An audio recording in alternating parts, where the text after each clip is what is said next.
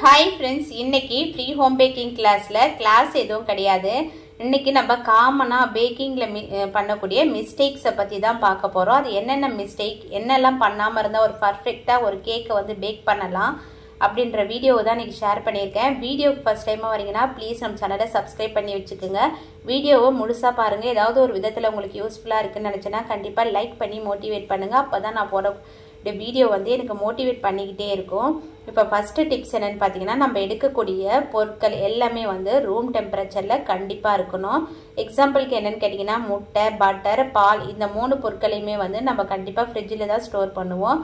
அந்த மாதிரி இல்லாமல் பேக்கிங்க்கு பண்ணக்கூடிய பொருட்களை நம்ம எப்பவுமே ஃப்ரெஷ்ஷாக வாங்கி யூஸ் பண்ணுங்கள். அப்படி இல்லைன்னா ரூம் டெம்பரேச்சரில் இருக்கிற மாதிரி பார்த்துக்கோங்க.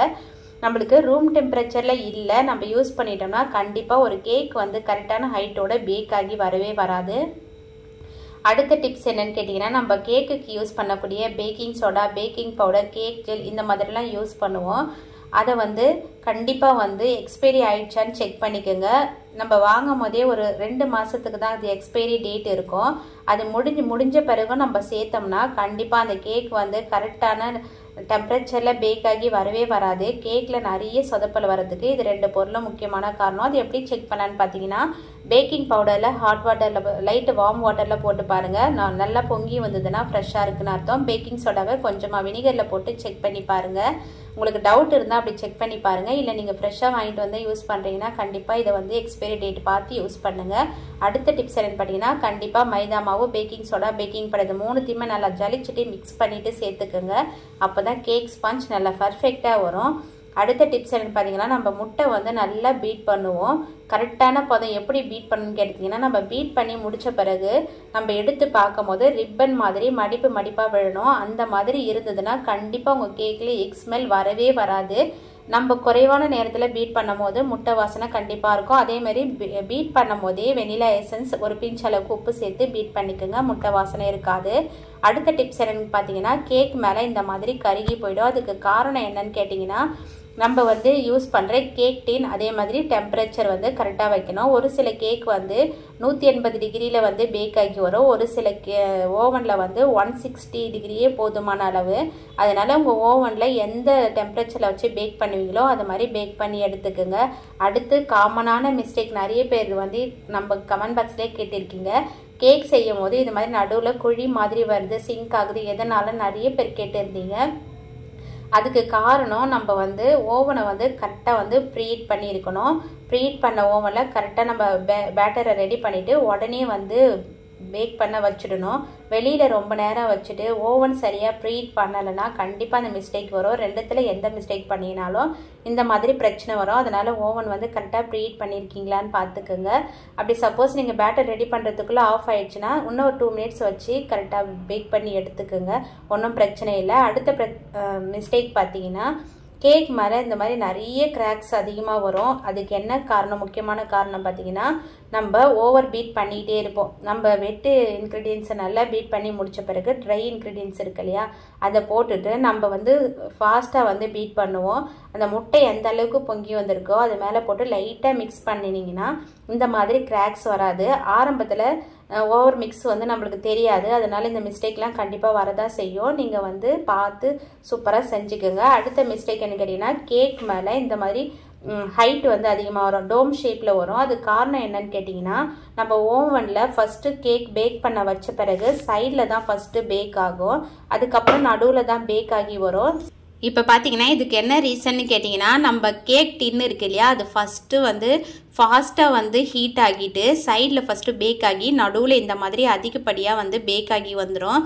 அதுக்கு நீங்கள் என்ன பண்ணுறீங்கன்னா, கேக் டின்னு வந்து நல்லா திக்காக இருக்கிற மாதிரி பார்த்துக்கிட்டிங்கன்னா இந்த மாதிரி மிஸ்டேக் வராது. அடுத்தது வந்து ட்ரை கேக். இந்த கேக் வந்து நிறைய பேருக்கு மிஸ்டேக்காக வரும். என்னன்னு கேட்டிங்கன்னா, நம்ம வெட் இன்க்ரீடியன்ஸை வந்து கரெக்டான அளவுகளையும் ட்ரை இன்க்ரீடியன்ஸை வந்து அதிகமான அளவுகளையும் கண்டிப்பாக நம்ம சேர்த்துப்போம்.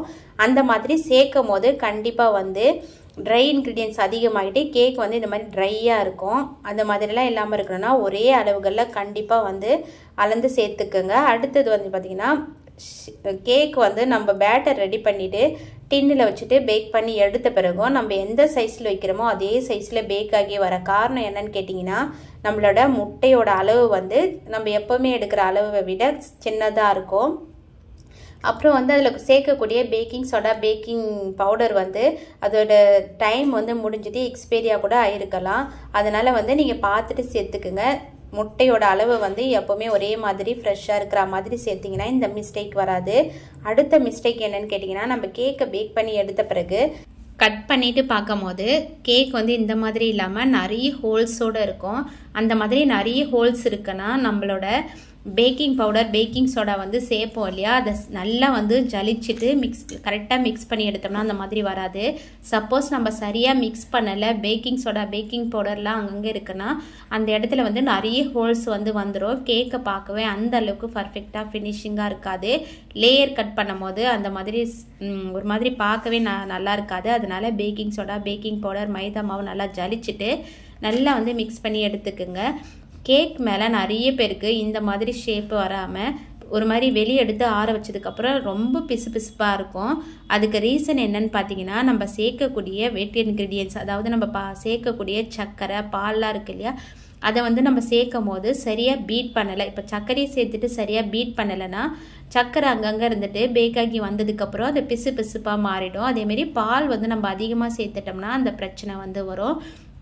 இப்போ நம்ம ப்ரௌனிஸ்லாம் பேக் பண்ணி எடுத்த பிறகு கிராக்ஸ்லாம் அதிகமாக இல்லாமல் இருக்கணும்னா கண்டிப்பாக நல்லா ஆறணும். ஆறுனதுக்கப்புறம் டின்னை விட்டு வெளியே எடுத்துகிட்டு கட் பண்ணிங்கன்னா ஷேப் வந்து கரெக்டாக சூப்பராக இருக்கும். அதே மாதிரி நம்ம செய்யக்கூடிய எக்லெஸ் கேக்கில் தான் அதிகப்படியான கிராக்ஸ் வந்து வரும். சாக்லேட் கேக், பேசிக் வெனிலாக்கு ஸ்பாஞ்ச் கேக்லாம் இருக்கு இல்லையா, அதில் வந்து இந்த மாதிரி வெடிப்புகள் வந்து கிராக்ஸ் வந்து அதிகமாக வரும். அந்த மாதிரி இல்லாமல் எப்படி செய்யணுன்ற வீடியோவும் நம்ம சேனலில் இருக்குது. நிறைய பேர் அதற்காக சப்போர்ட் பண்ணியிருக்கீங்க. சப்போர்ட் பண்ண எல்லா ஃப்ரெண்ட்ஸுக்கும் ரொம்ப ரொம்ப நன்றி. அடுத்த டிப்ஸ் என்னென்னு பார்த்தீங்கன்னா, நம்ம சூஸ் பண்ணக்கூடிய பேக்கிங் டின் வந்து கரெக்டான ஹைட்டோடவும் கரெக்டான சைஸோடவும் நல்லா வெயிட் அதிகமாக இருக்கக்கூடிய டின்னாக பார்த்து வாங்கி வச்சுக்கோங்க.